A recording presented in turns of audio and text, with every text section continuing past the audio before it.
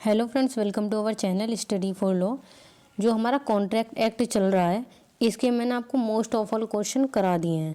आपको कम से कम 6-7 क्वेश्चन करा दिए हैं और ये आपका शायद आखिरी क्वेश्चन है जिसको आज मैं करा रही हूँ। और मेरे को कुछ अर्जेंट वर्क है जिसकी वजह से मुझे कल कहीं जाना है बाहर, और मैं आपके जो वेरी शॉर्ट क्वेश्चन है उनको नहीं करा पाऊँगी। लेकिन हाँ, मैं आपको वेरी शॉर्ट का जो मटेरियल है उसको मैं आपको व्हाट्सअप प्लस आपके टेलीग्राम दोनों पे सेंड कर दूंगी, और आपको इस वीडियो के लास्ट में उनके बारे में थोड़ा थोड़ा समझा दूंगी। आप उनको वहाँ से पढ़ लेना, ठीक है।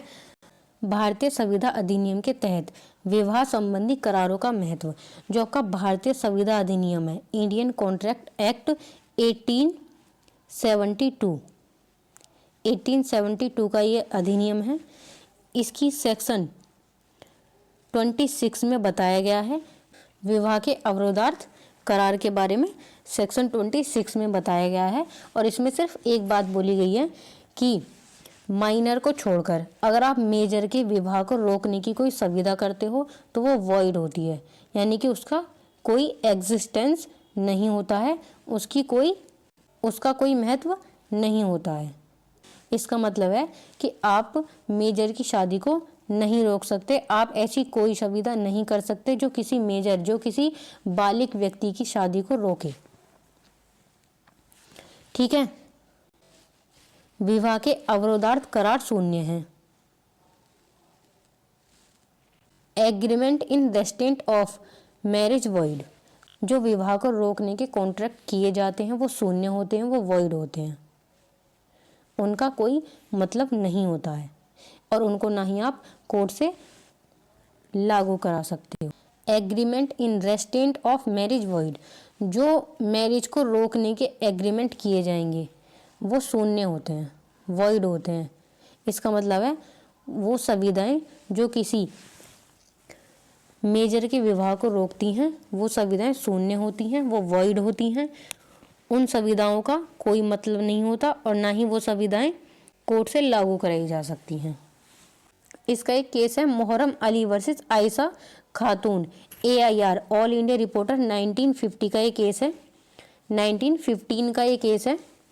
विवाह का अवरोधक करार वह करार है, या आप ऐसे लिख सकते हो कि विवाह को रोकने के लिए किया गया जो करार है, जो किसी व्यक्ति विवाह को रोकने के लिए किया जाता है, यानी कि जो विवाह का अवरोधक करार है वो किसी व्यक्ति के विवाह को रोकने के लिए किया जाता है। यह करार शून्य है और इसे विधिमान्य नहीं माना जा सकता।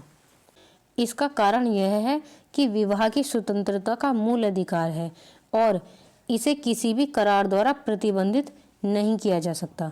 विवाह करने का जो अधिकार है वो स्वतंत्रता पूर्वक मिला हुआ है, और इसको जो रोकने के लिए करार किए जाते हैं वो वॉइड होते हैं, शून्य होते हैं, उनका कोई मतलब नहीं होता। यानी कि ऐसे करार इनवैलिड होते हैं, वो वैलिड नहीं होते हैं, ठीक है। इसके बाद इसका एक एक्सेप्शन है, अपवाद। हालांकि अपर्याप्त व्यय, जो अंडर एज है, जो माइनर व्यक्ति है, जो नाबालिग व्यक्ति है, वाले व्यक्ति को विवाह से रोका जा सकता है।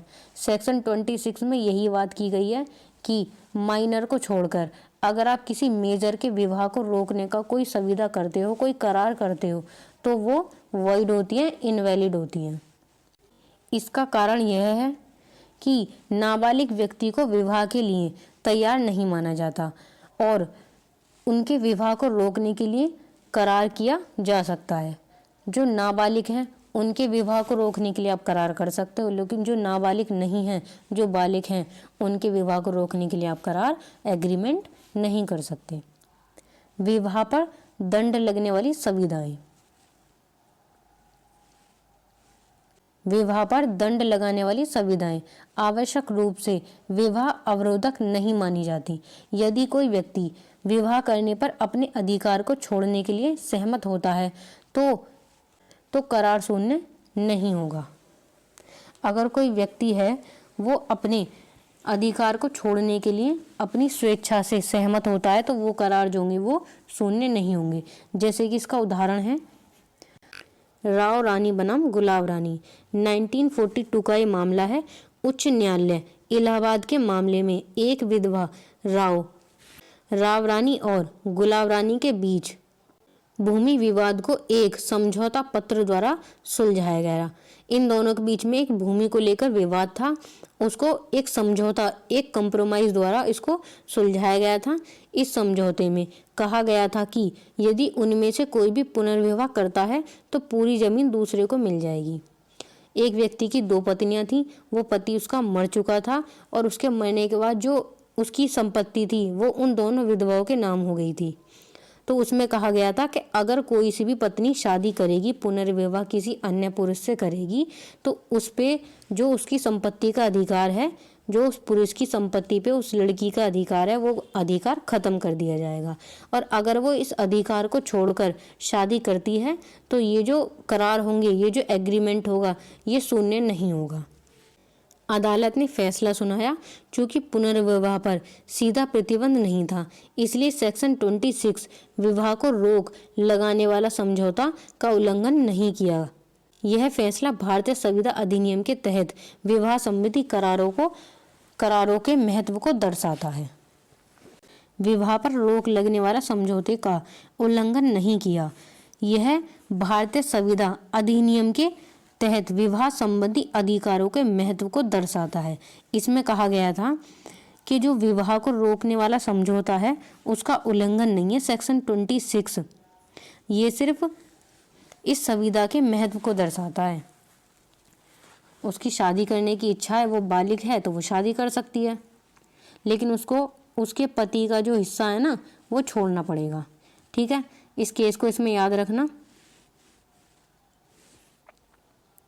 इसके बाद इसका निष्कर्ष है, इस प्रकार भारतीय संविदा अधिनियम के तहत विवाह संबंधी करारों का महत्व बहुत अधिक है। यह अधिनियम विवाह की स्वतंत्रता की रक्षा करता है और विवाह के अवरोधक करारों को शून्य मानता है। मतलब विवाह को जो रोकने वाले करार होते हैं उनको वो शून्य मानता है, उनको वो इनवैलिड मानता है। हालांकि अपवादों के मामलों में करार को विधिमान्य माना जाता है। ठीक है, यहीं तक था ये क्वेश्चन। इसको आप पढ़ लेना अच्छे से, बस इसमें कुछ नहीं है। एक तो इसका ये सेक्शन याद रखना 26, ये इसका 26 सेक्शन याद रखना। इसका ये 2 केस हैं, इनको याद रखना।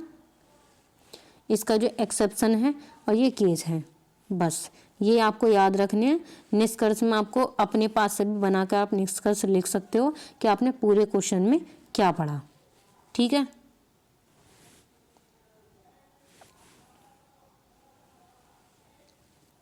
इसके बाद आपके वेरी शॉर्ट क्वेश्चन, वो मैं आपको एक्सप्लेन कर देती हूँ क्योंकि मैं वीडियो नहीं बना पाऊँगी।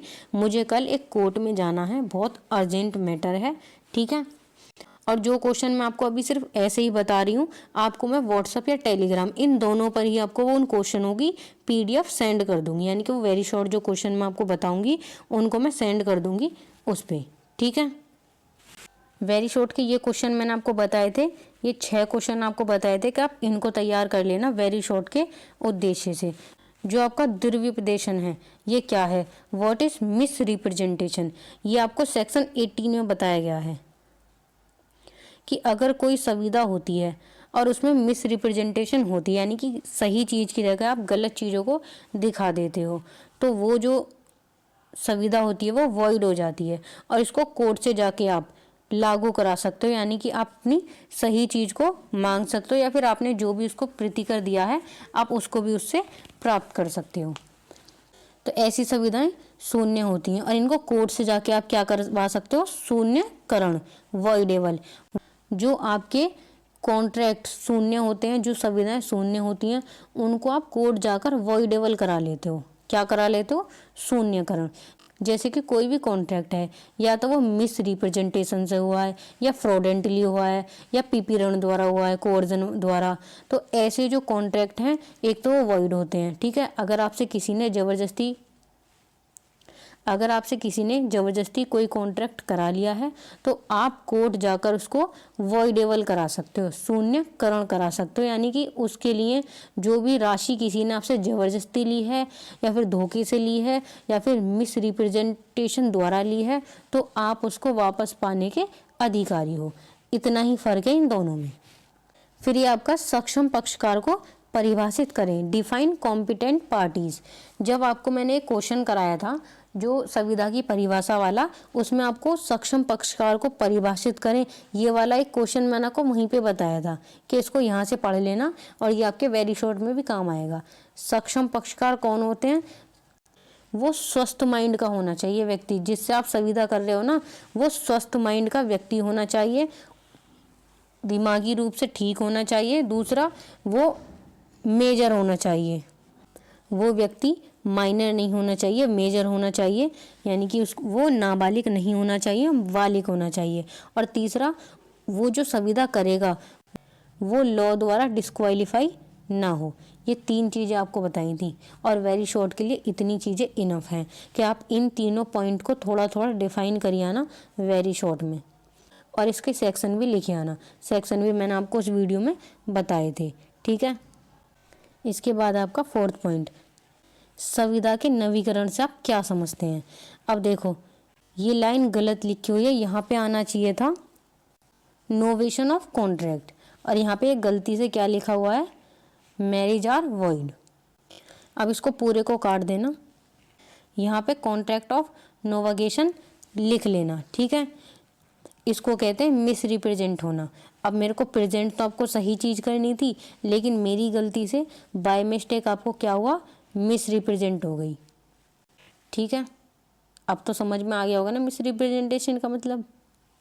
संविदा के नवीकरण से मतलब है कि जो संविदा आपने करी है पहले, उसको फिर से नई कराना। यानी कि जैसे कि किसी ने कोई ज़मीन लीज पर ली पट्टे पर, और वो चाहता है उसको 1 साल और आगे बढ़ाना, तो जब 1 साल उसका ख़त्म हो जाएगा, जो उसका टाइम पीरियड है उसका ख़त्म हो जाएगा, तो उसके बाद वो फिर से उसको रीन्यू करा लेगा, यानी कि फिर से उसको वो 1 साल के लिए ले लेगा। जो संविदा पूर्व में चल रही थी उसका टाइम पूरा होने के बाद, उसको ख़त्म होने के बाद नई संविदा करना ही रीन्यू कहलाता है। लेकिन उसी सेम चीज़ के लिए, नई संविदा अलग से नहीं, उसी सेम चीज़ के लिए जब वो नई संविदा होती है उसको कहते हैं नवीकरण। इसमें आप एफडी वाला भी एग्जाम्पल लिख सकते हो। एफडी कराते हैं ना 1 साल की, तो 1 साल बाद वो एफडी का टाइम पूरा हो जाता है।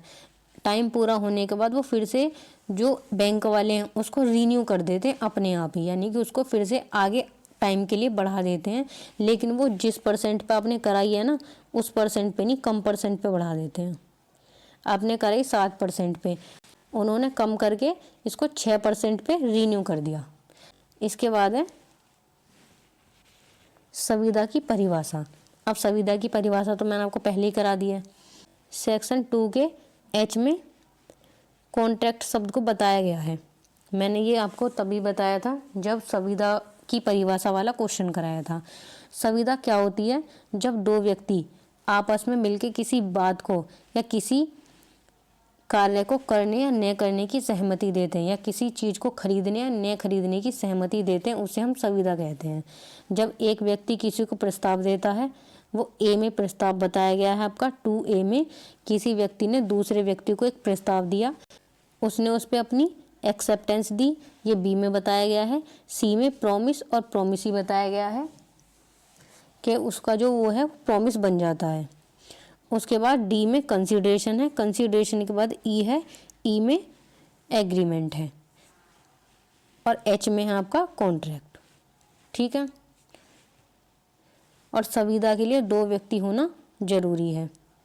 इसके बाद समझौता को परिभाषित कीजिए। एग्रीमेंट क्या है? 2E में एग्रीमेंट बता रखा है। इसका यही प्रोसेस है कि सबसे पहले एक व्यक्ति प्रस्तावना देता है, प्रपोजल देता है, दूसरा उसको एक्सेप्ट करता है, प्रतिग्रहणता देता है अपनी, फिर वो एक वचन बन जाता है। वचन बनने के बाद तीसरा जो इसका पॉइंट है, वचन बन जाता है। वचन बनने के बाद उसमें कंसीडरेशन होती है। 4th पॉइंट है कंसीडरेशन होना। कंसीडरेशन के बाद वो एग्रीमेंट बनता है, और जब वो एग्रीमेंट बन जाता है उसको लॉ द्वारा इन्फोर्स करा लिया जाता है। इन्फोर्स कराने के बाद वो बन जाता है कॉन्ट्रैक्ट, ठीक है। आई होप आपको ये समझ में आ गया होगा अच्छे से। तो ठीक है, फिर आप अच्छे से अपने एग्ज़ाम की तैयारी कीजिए, और एग्ज़ाम ख़त्म होने के बाद मैसेज करके बताना या मुझे कमेंट करके बताना कि आपका एग्ज़ाम कैसा गया।